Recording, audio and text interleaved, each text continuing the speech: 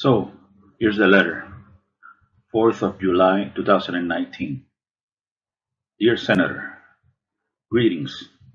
If you're holding this letter in your hands, that means that it was not intercepted. That's good. My name is Nisin R. Lopez. I'm a 43-year-old Cuban-American artist based in Miami, Florida. I am contacting you in order to denounce a hideous crime that is being perpetrated against me here in the United States of America.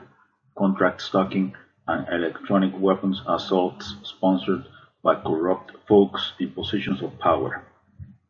Yes, I am a targeted citizen. I've been experiencing organized harassment sponsored by the authorities since January of 2011. This thing ruined my life. You might be saying to yourself, what exactly is organized harassment, right? Well, this is not easy to explain. One could say that contract stalking is bullying on steroids, covert harassment, organized group stalking, or community-based mobbing is pretty much a form of political repression, extrajudicial punishment. Organized stalking is a secret program of the US government designed to destroy targeted individuals emotionally and psychologically through dark neurolinguistic programming and negative aversive stimuli. We're talking here about a multi-layered interagency program.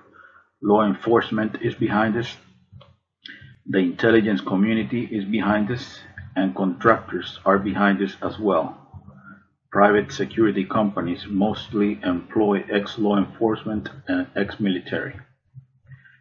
As far as the organized community harassment done to me, every single time I go out into the general public, the unjust systematic harassment is done by a group of people in an organized fashion using unethical means to torment, preoccupy, agitate, intimidate, and terrorize the isolated victim 24/7 no matter where he goes. I'm talking here about acts of provocation, street theater, invasion of space, noise campaigns, mimicking, directed conversations, engineered collisions, orchestrated synchronicities, entrapment, etc. Obstruction of daily activities based on choice reference patterns. The target is exposed to a stressor outside the range of usual human experience. He is terrorized 365 days a year, 24/7. He is kept in a state of anxiety and hypervigilance until he finally breaks down after years of indescribable psychological abuse. Most victims of this program end up homeless, in jail, or in psychiatric institutions, isolated with no support system, in a state of functional disorientation, broken in spirit. So now, who are the agent provocateurs recruited by the authorities that constantly harass a targeted individual in an organized fashion? Well, they are called surveillance role players. They believe they are patriots and heroes serving a noble cause. They come from all types of social backgrounds. These mindless automatons are brainwashed into believing that the target is a really bad person, a terrorist, a murderer, or a sex offender, like a rapist or a child molester.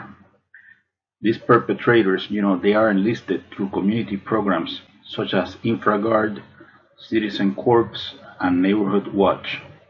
We're talking here about a professional character assassination campaign, a clandestine civil military operation. The command station for organized stalking is the fusion centers. Yes, the fusion centers. The primary fusion center in Florida is the Florida Fusion Center, Florida Department of Law Enforcement, which is located in Tallahassee.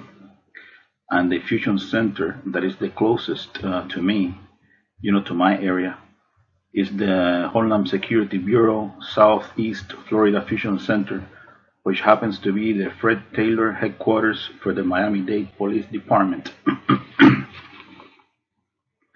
Overall, Contract stalking is psychological warfare, a secret, illegal, long-term, unconstitutional surveillance program designed to neutralize outspoken, politically incorrect freethinkers that are designated as enemies of the state, even if they're just innocent, harmless, law-abiding citizens that pose no real threat to anyone.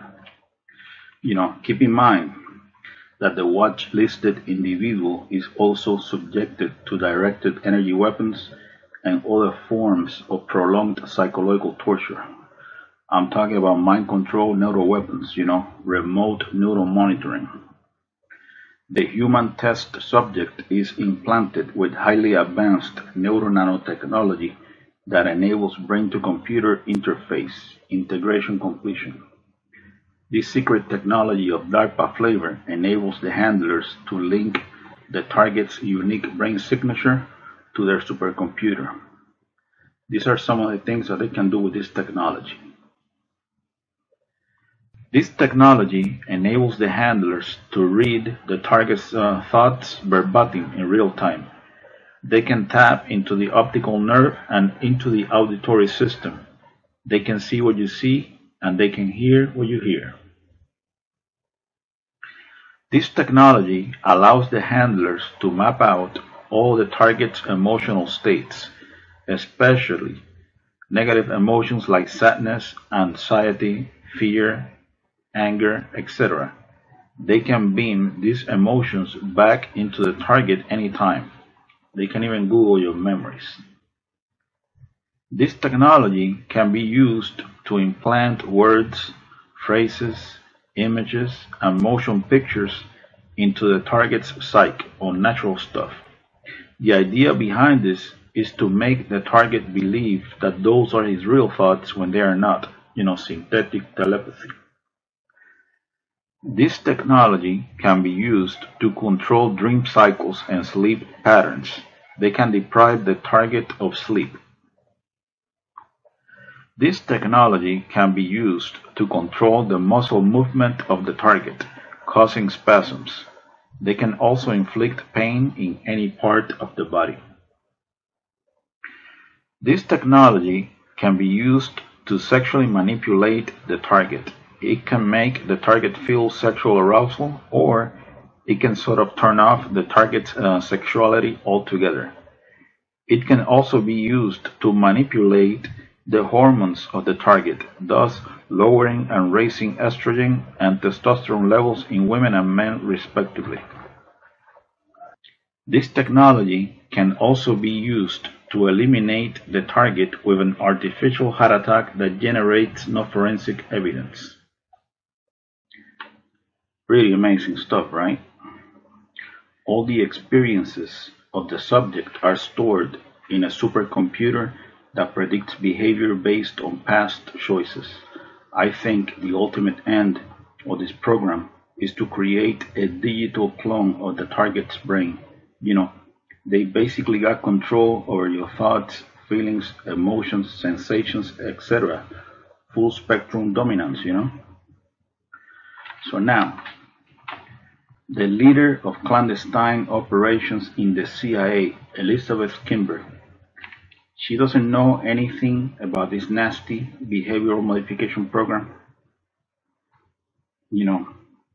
General John W. Raymond, commander of the Air Force Space Command, he doesn't know anything about satellite weaponry and microwave bullets. The director of the Defense Intelligence Agency, Robert P. Ashley. He doesn't know anything about neurosynaptic chips and trauma-based mind control. The Principal Deputy Director of National Intelligence, Susan M. Gordon. She doesn't know that targeted individuals are being forced to lash out. The Assistant Attorney General of the National Security Division, John Charles Demers, of the Department of Justice. He doesn't know about this legalized lawlessness. The director of the FBI's Terrorist Screening Center, Charles H. Cable, he doesn't know this horrendous surveillance abuse is taking place. The Undersecretary of Homeland Security for Intelligence and Analysis, David J. Blow, he doesn't know anything about this black ops. Of course, they all know this is going on. They got mainstream media on a leash so that they don't spill the beans. The puppet masters behind these programs, behind this personality disintegration program, because that's what it is, they will do anything, and I mean anything, in order to justify a multi-billion-dollar national security, counterterrorism, corporate military intelligence, police state complex, multi-billion or multi-trillion, who knows. Think, for example, about how much money has been invested in projects like the brain research through advancing innovative neurotechnologies. This transhumanism agenda is big business. That's for damn sure.